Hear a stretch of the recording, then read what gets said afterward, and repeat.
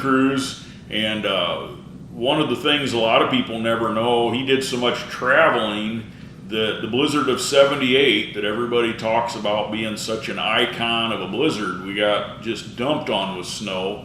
A lot of people never knew that you were stuck in a car for several days. Tell us about that. Well, I flew a lot, and I was on my way to Dallas, Texas, and I flew from Fort Wayne to Indianapolis, and it was snowing and blowing so hard you couldn't believe it. So they come over the speaker system, and I'm speeding this up, but they come over the speaker system and said, we're going to have to close the Indianapolis airport. We may be closed for 2 or 3 days. This is one of the biggest blizzards that we've had. So try to find a way to get home and go back to where you came from. And if you're from out of state, find a place to stay, because you're not going anywhere tonight. So anyways, I bumped into some people. There's kind of chaos around there. I bumped into a guy from Decatur I knew who sold life insurance, Cheryl Swartz. And then I bumped into a guy that used to own Moose Myers' car in Fort Wayne, the race car driver. What was his name? Anyways, he was a good fellow. I run into those, and he had his wife with him. Run into those three, and we were talking, and I said, you know what? I think if we got on I-69, we could get home tonight, and if we're snowed in, we can be in our own beds for a while, our own houses. And they said, well, we're game if you are, Dean. Will you drive? I said, yes, I'll drive. And they said, okay, let's get a rent-a-car. So we started checking. That wasn't easy because everybody was renting. But we got one from National. Back then, National was kind of a little startup company. And so we got a car from National. And it was like a Chevy Bel Air, green, 4-door. So we said, okay. Said, where are you going with it? He said, we're going home. He said, well, where do you live? A car rental guy. And I said, well, we just live, a little north of the city. They said, okay, good luck. So we get in the car, we put our bags in the trunk. Again, we start out, we get on I-69. Let me tell you something. I've traveled all over the world. I've been in storms all over the world. I've never seen anything like it. We didn't go a mile and a half on I-69 till our bumpers were dragging on the snow. And there'd be semis slipped off the road, cars already abandoned on the road. And we just kept going and weaving our way through. And my dad used to teach me how to drive on ice on the farm, and I knew you didn't dare stop. You had to keep rolling. As long as you had a little bit of motion with you, you could keep going. Once you stopped, you never get going again. So anyways, I kept the motion going and weaving around, and they were scared to death, and we're going. We get to the north side of Indianapolis on 69. That's what, 10 miles, 12 miles, I don't know, maybe 14. And we get out there and the snow is deeper and deeper. Now it's starting to come up under the car. And it's raising your wheels up off of the road, and it's coming up over the hood, packing on the windshield. And all of a sudden the heater motor goes off. And all of a sudden the battery gets all red and glowing on your thing. And so we can't go. I mean, we're going as far as we can go, and we're dead. It just stopped. Boom. So there we sat. So we letting the wind blow, and the snow was getting deeper and deeper. And so the one guy in the back, the guy that owned Moose Myers race car, he says, I got some clothes in my suitcase. He said, maybe we'll get some in there and we can wrap ourselves up. So he gets out and goes to the trunk of the car, brings in that suitcase in the back seat. He and his wife were in the back, and he got frostbite on his fingers and on his toes. He just that quick. It was like 3 minutes or so. He got frostbite. It was that cold. It was like minus 80 degrees or something. It was terrible with the wind and the snow blowing, and it was a mess. So anyways, we're there, and we're trying to think of how we can keep warm because everything's cold. So I sat on my feet. I was a driver, but I got my feet under me and I sat on them. And then they were doing different things, and then my seat companion, Cheryl Swartz from Decatur, he said, well, I think my ears are freezing. So I'd rub his face and neck and arms, then he'd rub mine, and we would trade off doing that every so minutes, being on our clothes like that to try to be able to keep us, from freezing to death. And so then we found a couple magazines that was in there, and we took my toupee tape. I wore a toupee then, and it's double-sided. And we took that and we taped that we tore that magazine apart in double pages from the center, and we started taping that all the way around the car above the windows, and then taped it on those, and then so we had all the way around 2 or 3 pages high, double wide insulation of those papers to help keep the snow from sifting in. But it was unbelievable. It kept coming up higher and higher, and it got so you couldn't even see out, covered up. We didn't know how high it was above the car then. We didn't know anything. But anyways, the lady started crying in the back, and her husband, she's saying, we're going to die. I said, well, just let me tell you something. You 3 can die, but I'm going to be alive when they find us, because I'm not dying. I'm not ready yet. So I just kept on rubbing myself and slapping myself and all kinds of stuff. Well, about a day and a half or 2 days went by, and we heard somebody on top of the car hitting it and kicking it like with a foot, stomping on it. And they said, is there anybody in there? And we yelled back, yes, we're in here. They said, well, the very top of your car is sticking out of the snow, and we're sitting on it with a snowmobile, and we're telling you that that we'll get you help. We'll get you help. We know where we're at. We're local neighbors. They said, we'll find help for you.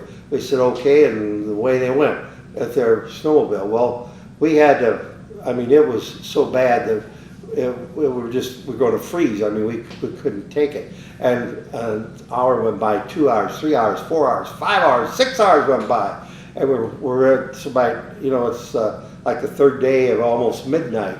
And we're thinking those guys must have got stuck. They must have done something that didn't work. And we were trying everything we could think of. We even got some shoestrings and cut up our shoestrings, and we dipped them in paraffin. A guy had some, and we light them like candles.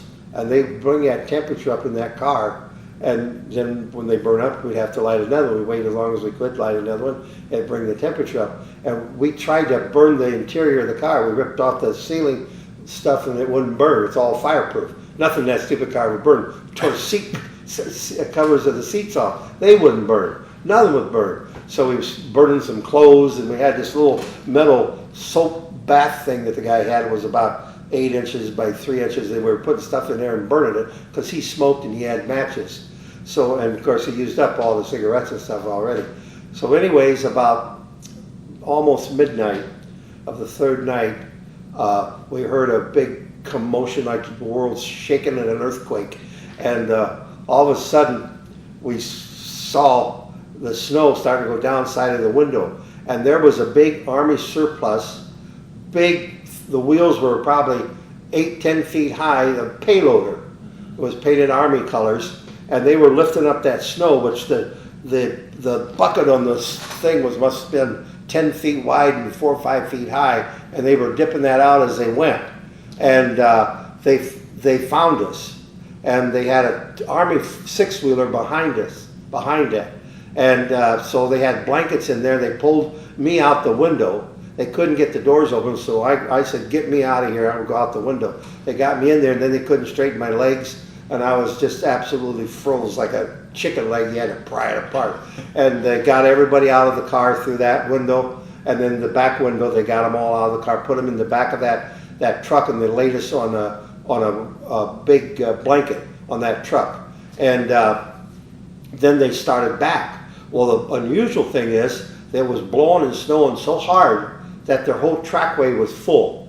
They had to dig their way back. And he was going, you can think how that would be. You're going so slow, you could walk faster. And he's digging all that out, and here's this big 6-wheeler coming around behind him. And we're laying in there, I mean, we're froze. They had blankets, but man, I mean, well, the guy had frostbite. I mean, we were freezing. It was terrible. We could have died in another few hours. Anyways, they get us back to the next exit, which was like several miles.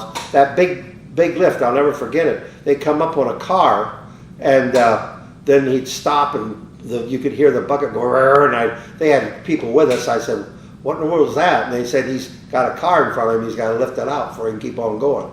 So he lifted that car up and threw it out. And it articulated in the middle. It was quite a machine. And then it kept on going. Finally, we got to a fire station at that next exit, which I don't know, it felt like it was 100 miles, but it's probably only 3 or 4 miles.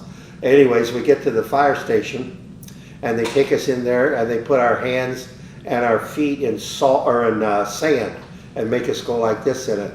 And that was supposed to get the frost out of our bodies, our hands and our feet and everything. And they started warming us up slowly. And they took it a little bit at a time because they said if we do it too fast, you could have a heart attack or stroke or die or some other thing. I can't remember they called it. But anyways, they got us all feeling better. And they said, now here's what we're going to do with you. Nobody can do anything. Everything's shut down totally. So he said, what we're going to do, we think you were the last survivors on our Interstate 69, or last ones. Anyways, what we want to do is find homes for you right now. So I don't know where the other three went, but they took me just about a block from the fire department. One of the volunteer firemen had a home there. And his wife took me in there, and they got a rollaway bed out, and they piled blankets over me, like 8 or 10 of them, and they got the heat turned up in there trying to get me, thawed out. So I stayed there for a day, and then after that happened, they said, well, I believe in a couple of days they'll have 69 plowed out, we can take you home. I said, well, what will that cost me? They said, you buy us some gas, that's fine, we'll take you home. I said, where do you live? I said, Auburn, Indiana. That's a long ways, but we'll do it. So I'll never forget, ever, as long as I live, that trip to Auburn. They had it open for one lane, I-69, snow 7-8 feet high, and I saw a full locomotive, an entire train stopped in its tracks, and just the top part of it was showing. All the rest was covered up with snow. A whole train, probably half mile long, the whole damn blame thing was stopped dead in the snow on the railroad tracks. So they got me home, and my wife thought I was in Texas. She didn't know where I was, she thought I was down in Texas, upset because I hadn't called. So she got me in there, they helped me get in. I couldn't hardly walk, you just shuffle your feet. I mean, it was a crisis, it was bad. And so I got in there and everything, and so I said, nobody knows about me being there? And she said, no, nobody, not even me. And I was mad because you didn't call. Well, the next day or so, like 2 days from then, I got a front page of the Indianapolis Star in the mail. In the mail. Somebody sent it to me that knew me. And the headlines was last survivors of storm found on I-69. And it had a picture of how they took us and the equipment that they took. And a big story, the whole front page story was about us. That was kind of interesting. But about a day or two later, they found one other person. And he was in Gary, Indiana, and he was a truck driver. And the snow had covered up his whole truck. But he had a refrigerator and a bed, and he was living good. He said, I could have gone another week. They found him up there. And that was so neat. That was a neat story. But that was a life-fearing event that really made you think of how to survive. What can I do to just survive?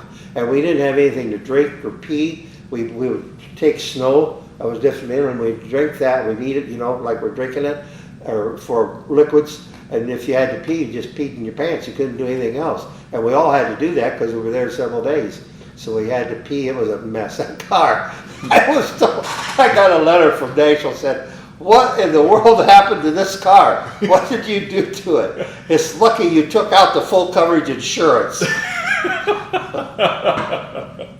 So now, after that experience, you're traveling, you carried more stuff with you, right? Yes, it's a long story, I won't tell you, but I got caught in the MGM fire in Las Vegas.